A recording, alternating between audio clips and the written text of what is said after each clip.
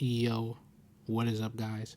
It's your boy coming back at you with another video.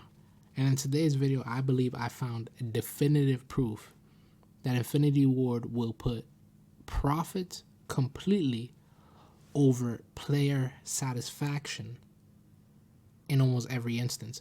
But before I get into that, if you guys do enjoy the video, make sure to leave a like, subscribe, turn on notifications. I'm trying to get to 100 subs, and the support has been incredible lately. I thank you very much. So let's get right into it.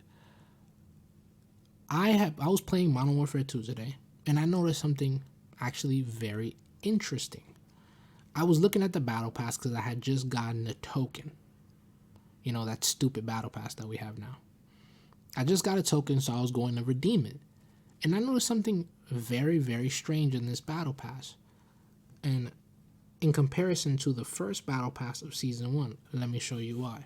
So if you look here at battle pass season 1, we can see the new SMG.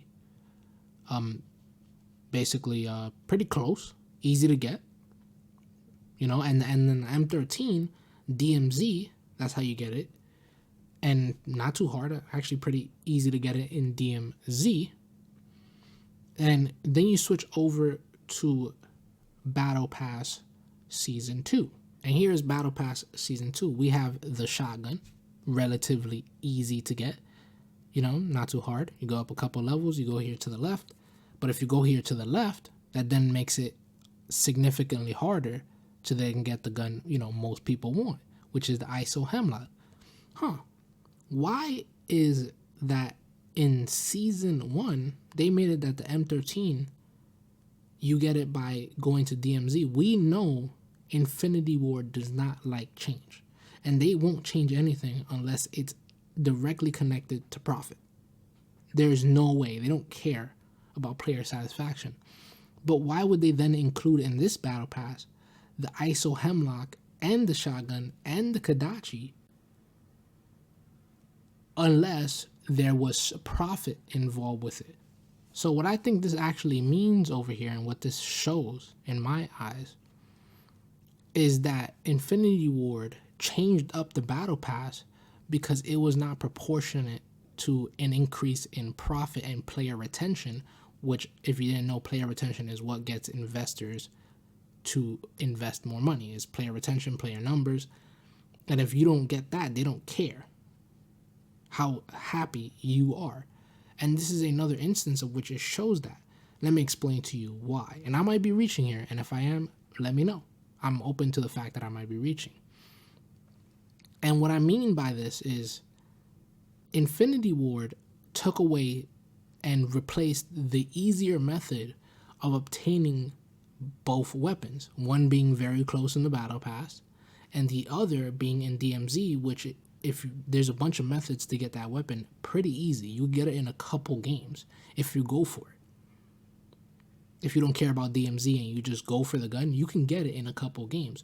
So why make it so that one gun is easy to get, but if you then get that gun, it's harder to get the other gun? Why do that? Wouldn't it make sense that if you cared about the players, you would have kept the original thing or made both guns relatively easy to get by making them on the same path? Or keeping it the exact same way it was before, where you can get the first gun pretty easy, and then you play a couple matches of DMZ, and then you get the next gun. Doesn't that make sense if you care about the player base? Nobody else has brought this up, which is really strange to me. I'm like the only person who actually saw this.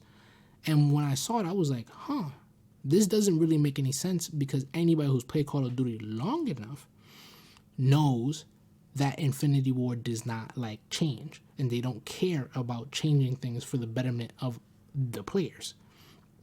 So the fact that they changed this can only mean one thing. That means that it was not increasing the profit margins for the company, having it the way it was before, because it was too easy. Players weren't staying on the game long enough, which the more time they spend on the game means the more likely they are to spend money, directly proportionate to each other. That's just a statistical fact. And so this 100% shows that they only care about profits. at only. We know this, but this is just another piece of proof to add upon that statement, that fact, that Infinity Ward does not care about how happy we are, how good the game is, how much fun we're actually having. They only care about the numbers because they directly change something to make it harder to obtain. And we know the ISO Hemlock is completely broken as compared to the original weapons from Season 1. The ISO Hemlock and the shotgun are two broken guns as compared to the M13, which wasn't very good, and the SMG, which also wasn't very good.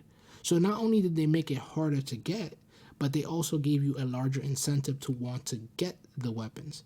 So you go ahead, you get the shotgun, now the AR is harder to get. You go for the path to get the AR, now the shotgun is harder to get.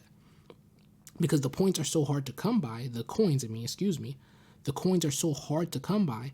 Once you go down a path towards one weapon, it's pointless to try to go down the other. And what Season 1 did, it alleviated that by only making it so you only have to get one gun in the Battle Pass. But if you guys do agree with me, make sure to leave a like, subscribe, let me know in the comment section down below if you disagree. Oh, that's perfectly fine. Like I said, I'm open to the fact that I might be wrong. But have a good night, everybody. I'm out. Peace.